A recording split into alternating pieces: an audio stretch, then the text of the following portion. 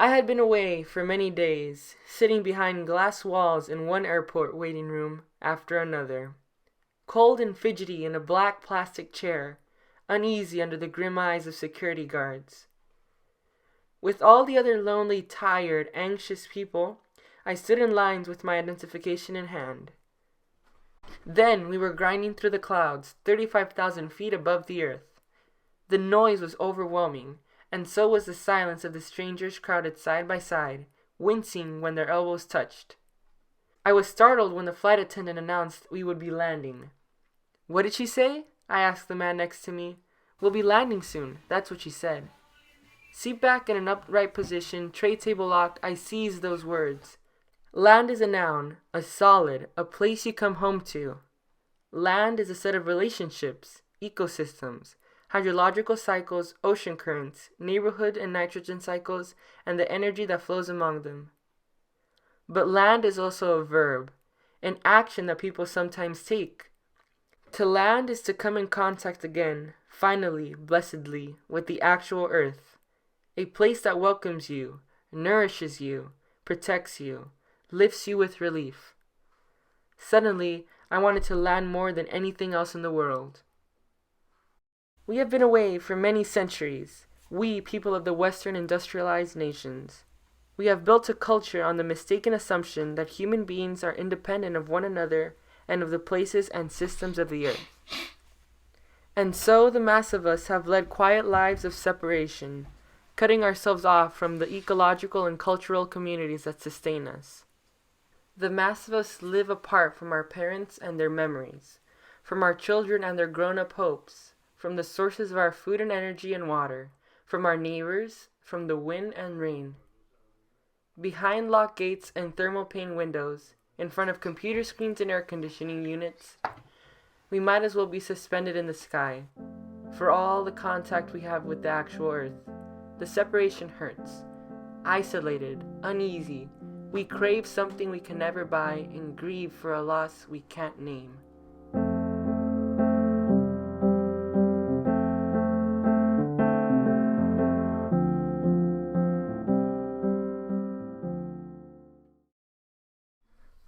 As I have traveled, I have met many people who are trying to end cultural and economic alienation from the natural world.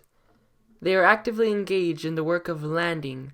Coming back to their places, they imagine, create, and celebrate sustaining joyous relationships among people and the land. Volunteers flood a marsh or plant willows along a stream. The Trust for Public Land raises a farmer's market in an abandoned railroad yard or stops a Walmart from swallowing a farm. A mother plants blue camas in the backyard or teaches her son to tell a varied thrush from a robin by the lilt of its song. But all these efforts are piecemeal and futile if we aren't able to do the real work of reconciliation, which is telling the truth. We have learned some things about truth from the last sad century. Without the lies that alternate us from our enemies and make carnage seem necessary and good, wars of aggression are impossible. Reconciliation begins only when people bring themselves to tell the truth about their enemies, all members of the same human family, and about the damage war does to the earth, their home as it is home to their foes. In just the same way alienation from the land has allowed us to wage war against the water, the air, the fertile soil.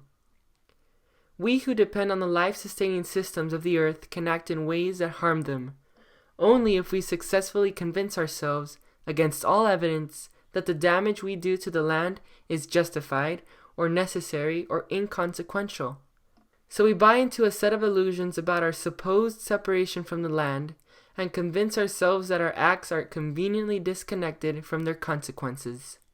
Until we begin to tell the truth about the intimacy of our reconciliation to natural places, I see no reason to hope that the work of reconciliation with the land can begin. What are the lies that isolate us?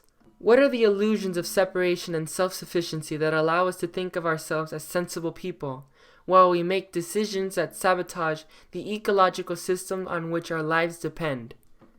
Here are just a few.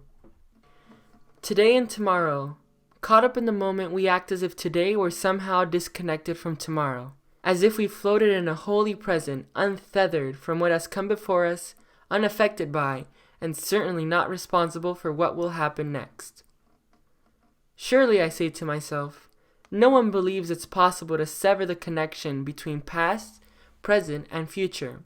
But how else could people who love their children act in ways that diminish or destroy the world in which their children will live? How else could voters allow industry to endlessly mine the land and the lakes and the seas, liquidating Earth's assets, extinguishing species forever, holding this great going out of business sale, and forget that it is our children who will be left standing in the empty store? As we disregard the future, time spirals through us. The presents and absences, what remains and what will never be again, are a result of the decisions made by the people who came before us. Our children will live in a world we are creating today. As we bustle about, planting the seeds of cancer and seeds of hollyhocks, tall and green, will we cut the last ancient forests and empty the oceans? Will we foul the desert with uranium-tipped missiles and litter the Arctic with discarded oil drilling rigs? Will we drench strawberry fields with diazinon and lace spinach with 24D? Will we undermine the power of antibiotics and create new weeds that can never be controlled? We can look back at our parents' decisions about pesticides, radioactive waste, PCBs, the grand and fatal dams, and say that perhaps our parents didn't understand the consequences of their acts. When our children look back on our decisions, they won't allow us that excuse. God knows it's easy enough to delude ourselves that the damage done to the Earth's natural system has nothing to do with us. Our language invites us to dodge responsibilities. The species went extinct, we say. The forest was clear-cut. The river was dammed. The last fish was caught. The aquifer was contaminated. Always the passive voice. The sentence where the agent has gone missing. The chronicle of loss is sad and shameful enough, but the grammar is terrifying. The fact is that species don't go extinct, the way that little pigs go to market. With some expectations, human decisions drive species to extinction. Trees don't sever themselves cleanly at the knees and kneel over. Rather, humans pay other humans to go into the forest, rev up their chainsaws, and cut down the trees. The squealing saw, the crashing branches, the flying debris, the frantic cawing of crows. We, you, and I, by our decisions, are casual agents in the harm done to the natural systems of the earth. These truths aren't easy truths. It's painful to switch from what is happening to the world to what am I doing to the world. But this truth-telling acknowledging that we are complicit today in the degradation of the world in which our children will live in tomorrow opens a door to reconciliation and renewal. If we understand that our decisions create the future, then we can imagine a different set of decisions, and thus a very different future. This creates the possibility of choice, commitment, and a set of life-giving values that are the foundation of new communities of renewal. My university colleague Frank Lake returns to his home along the Klamath River each year to join with the Karuk people for the World Renewal Dances. He believes that the land creates the people, as a mother creates her children, and brings the rain and salmon. He also understands that people create the land. They plant willows in the lowlands and renew the meadows with prairie fires. Or people cut forests on steep slopes and rip-rap the streams. This happens too. For better or worse, people and the land are co-creators of the future. They share the responsibility for determining what the next years will bring. So the Karuk families come together each year in their town, landing in that place from colleges and cities and ranch houses and fishing ports. It's a reconciliation, quite literally, a coming together again, a reunion of people and land. Singing and dancing, they acknowledge the human responsibility to create a world in which their children can thrive. As soon as I got home from the airport after my long time away, I rode my bike to the farmer's market by the river in my town. Like the World Renewal dances in Frank's hometown, This gathering in my hometown is a different kind of reconciliation, a coming together of past and future, people and the land. There were buckets of flower the second week in June, yet low lilies, peonies, field daisies, and row of tomato plants in pots. A father pushed a stroller past an abundance of lettuce, while his baby gnawed a strawberry, dribbling juice into the folds of her chin. As a fiddler played, a little boy danced, embracing the bundle of carrots. People moved slowly past oysters piled high on ice, stopping to talk with friends whose arms overflowed with leaf lettuce, and sweet basil heaps spilled over garlic sprouts under stripped awnings, and behind it all, the river flashed between trees, shiny with new leaves. The music, the quiet conversations, the smell of green onions and mock orange, this world as it once was, the world as it can be again, flooded me with a joy I am still trying to understand. Near and far. A second delusion is that the nearby places where we live are ecologically and culturally separable from what is far away, other people's neighborhoods of nature, out on the mountaintop somewhere. This allows us to believe that it is possible to safeguard one's own backyard without regard for the distant places, and the reverse, that it is possible to safeguard distant beloved places while the close-in neighborhoods collapse around us.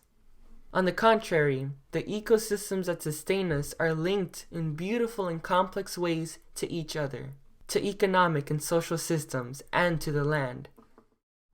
Living in this interlocking whole, we need to find our own integrity, a moral wholeness that holds us to the same standards to care for the land, no matter where we are.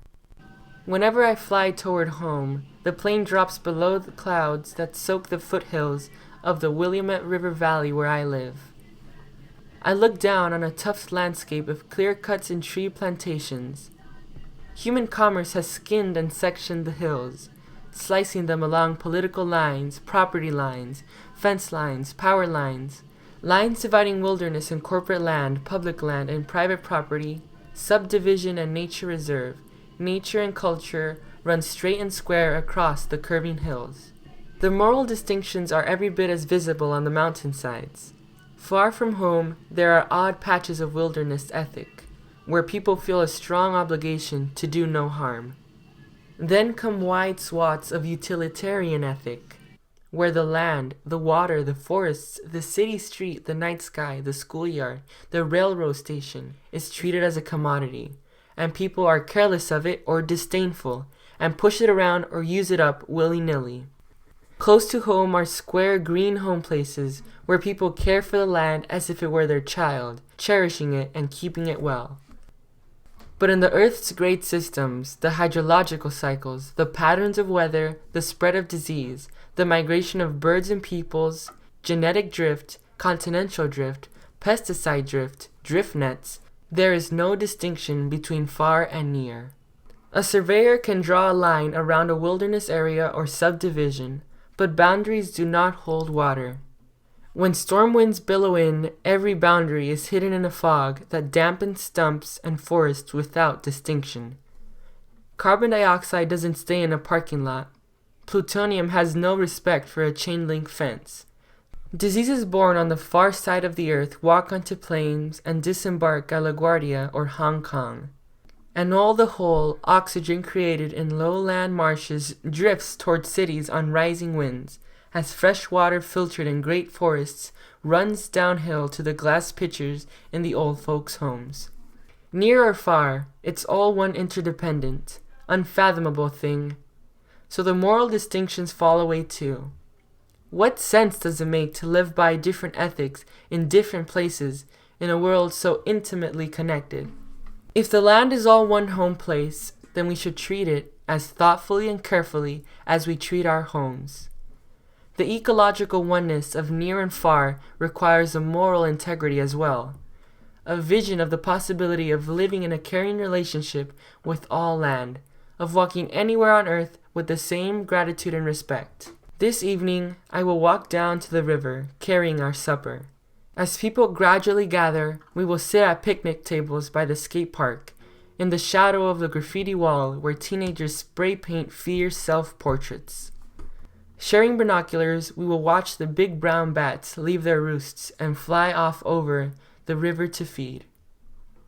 We will talk about the bats, meet some people we hadn't known before, be astonished and glad, and then we will walk home through warm air filtered by the lynches and the lungs of strangers. We will get home as the moon rises over the town, as it rose over the blowing wilderness, as it will rise over the sea, and we will fall asleep while the sea fog condenses on broad lawns and drips from the eaves of the Super 8 motel. Us and them. There's a great bustle of work in my neighborhood this morning. The neighbor to the southeast is tearing out what once was a jungle of laurel, rhododendron, and the shrub the children call the snowball bush. This has prompted the neighbor to the northeast to build a fence. I can smell the fresh pine boards, but I can't see the fence through my beloved laurel hedge, which is 20 feet tall and 10 feet wide.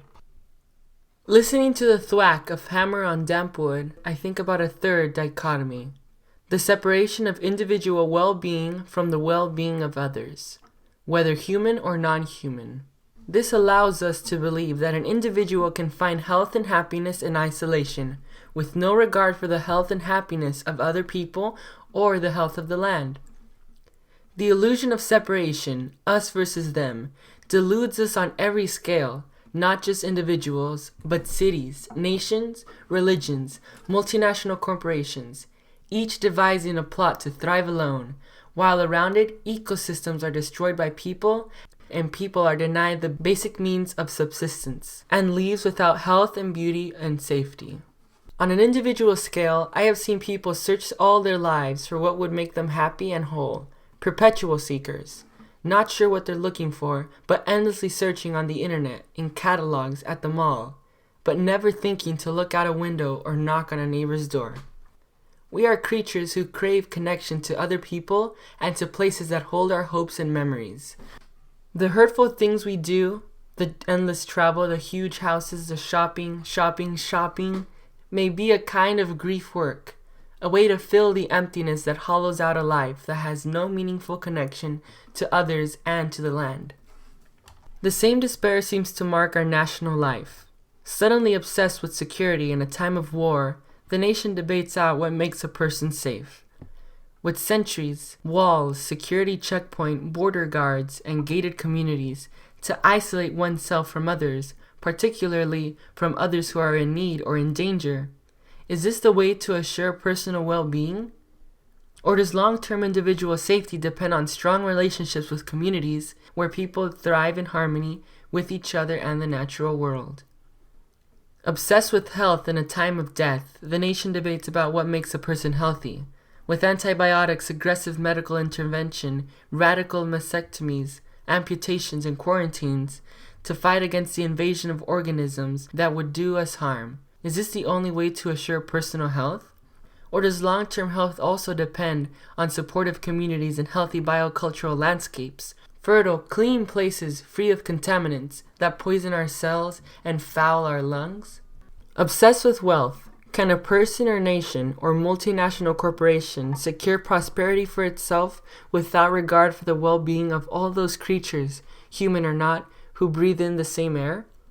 What if utility, this grinding wheel of isolation and insecurity, in self-imposed exile from sources of comfort and fulfillment, a person, a nation, a corporation grasps after wealth and power, chewing up ecosystems and social systems, creating injustice and enemies? A quite sensible fear of the enemies they have made and the instability they have created triggers a frantic search for security. But without a healthy supportive community, where will anyone find security but in wealth and power? And so it sadly, disastrously goes. Centuries ago, Plato wrote that democracies cannot last. They will inevitably turn into oligarchies, the rule by the wealthy few, as more and more wealth and power concentrate in fewer hands. Oligarchies, he wrote, disintegrate into anarchy. For years, I didn't believe him. I believe him now. And I believe as well that Plato's only mistake was to fail to warn us how quickly an oligarchy will destroy itself by destroying the ecosystems and social systems on which its wealth and power depend. The greatest challenge of the environmental movement in this decade is to understand and make others understand the connection between social injustice, insecurity, and despoliation of the natural world. Humans and nature. Finally, the most disastrous self-deception, the idea that human beings are separate from and superior to the rest of the natural world, and the equally disastrous corollary, we can destroy our habitats without destroying ourselves. As we begin to understand that instead humans are seamlessly connected, our kin, to the natural world, then we may be able to act in caring ways towards the earth and its inhabitants. This is a matter both of pragmatic self-interest, sustaining the systems that sustain us, and of moral obligation, honoring and caring for our relations. Jake Forbes, a Powhatan Ren'Pi scholar and a poet, pointed out how much humans are of the natural world. "You can cut off my hands," he told my students, "and I will still live. You can cut off my ears, and I will still live. Gouge out my eyes, and I will live. Cut off my legs, my hair, my nose, and I will still live. But if you cut off my air, I will die. If you take away the water, I will die. So why do I think that my hands and eyes are more a part of me than the water and air?" How complicated and layered and open-ended this relation of humans to all of natural creation, this kinship, this beautiful, bewildering family. First, there is the kinship of common substance. Like a cottonwood tree or a neighborhood cat, I am carbon atoms spun through time, arranged and rearranged in patterns. Break my pattern down to atoms, and I can scarcely be distinguished from the stars. Second, there is the kinship of common origins. All of us human beings, friends and enemies, have one another of the same hominid mother, nursing her baby with her back against a tree. Perhaps she understood, in ways we have forgotten, her origins in the same expanse of time and savanna that gave rise to the jackalberry trees and termites around her. Third, there is the kinship of interdependence. I feel the sun who plants cedars that filter the air, that pumps through the heart of the sun who fills my life with love. Which of us could live without the other? And fourth, the kinship of a common fate. What happens to any of us, blue, green, algae, or galaxies, philosophers, or Douglas firs, happens to us all. Because the earth, its air, and water, and all its creatures are a part of a single, complicated system, there is no way to separate the human and non-human costs of habitat degradation.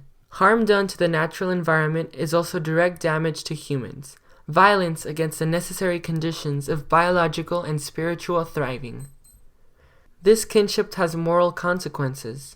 All ethics, wrote conservationist Aldo Leopold, rests on a single premise, that the individual is a member of a community or interdependent parts, a community that includes soils, water, plants, animals, or collectively, the land.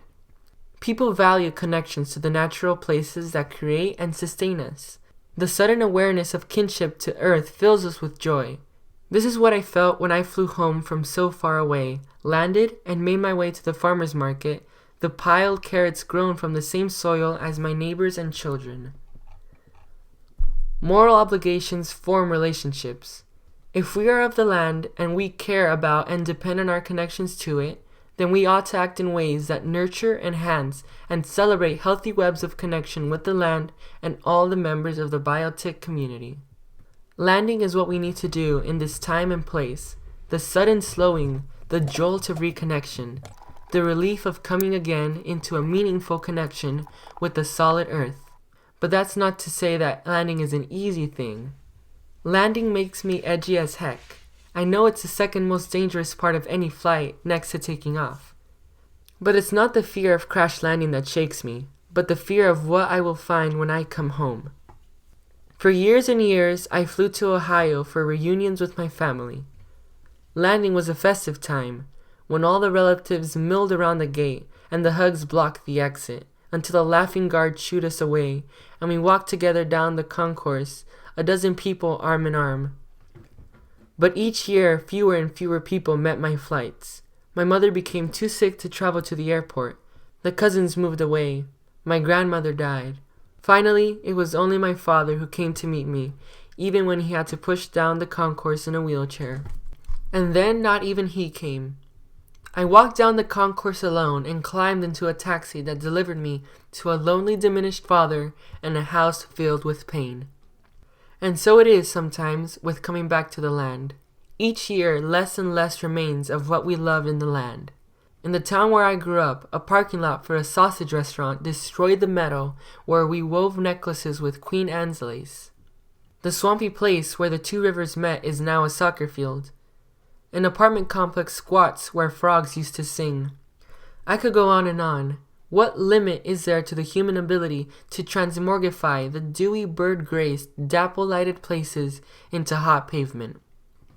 Coming back to the land can be a time of sorrow and regret. Sometimes I think we who love the land grieve for the loss of wild places in ways that are hard to distinguish from the ways we grieve for the loss of a beloved person. The intensity of sorrow may be less, but the conservationists make the same journey through the stages of grief that psychologist Elizabeth Kubler-Ross described. The first stage is denial. Maybe it's not too late to save the salmon, or the grandfather forest, or the ivory-billed woodpecker. Choose one. Maybe carbon dioxide poisoning is good for the forests. Maybe global warming is just a protest industry fundraising scam. Maybe arsenic in the water doesn't hurt anybody. The second stage is anger. What kind of person would pave a frog pond? Who would throw the switch that releases lead into the air? Why would corporate scientists design new poisons for food, carpets, playground equipment? Who sent bunker oil through a pristine fjord in a single-hulled ship? Whoever it is, may Mother Earth grab him in one rocky hand and hold him underwater until he no longer bubbles. Then bargaining. How well we conservationists know this part of the progression of grief. Damn this, flood the ancient canyons, but save this gree running stream. Build your ugly subdivision, but put in bike paths and make a park beside the creek. Bulldoze this marsh, but dig a wet place by the freeway. Bargaining, trading, compromising, accomplishing what we can, ignoring what we can't. We celebrate any small victory in a losing war. Fourth, the fourth step is depression, deep enough to drown in. The fifth stage of grief is acceptance. The person we mourn will not return, nor will the extinct birds or the ancient mossy forests, not in this place, not in our lifetimes. There is a certain peace in acceptance, in going on with life in a diminished world. But for the conservationist, for the person who loves the beleaguered world, there has to be a sixth step, beyond sorrow, beyond acceptance. I don't know what the particular shape of the sixth stage will be, but I know it will require creative acts of commitment, acts of imagining and choosing. We may not be able to find much wholeness in our poor patched together world, but that doesn't mean that we can't create new wholes, bringing today and tomorrow, near and far, us and them, human and nature, together into living, sustaining biocultural communities. We know what it means to land, the final approach, the drop, the bump, the shuddering surge before the noisy slowing. After the longest time, the doors open and the air of home rushes in, carrying a sudden sense of safety and the prospect of joining again the people and places we love. We can taste on the wind the life that we are capable of living, learning again the happiness that comes from caring for people and caring for places, and accept the challenge of reconciliation, bringing together again what has been apart for a very long time.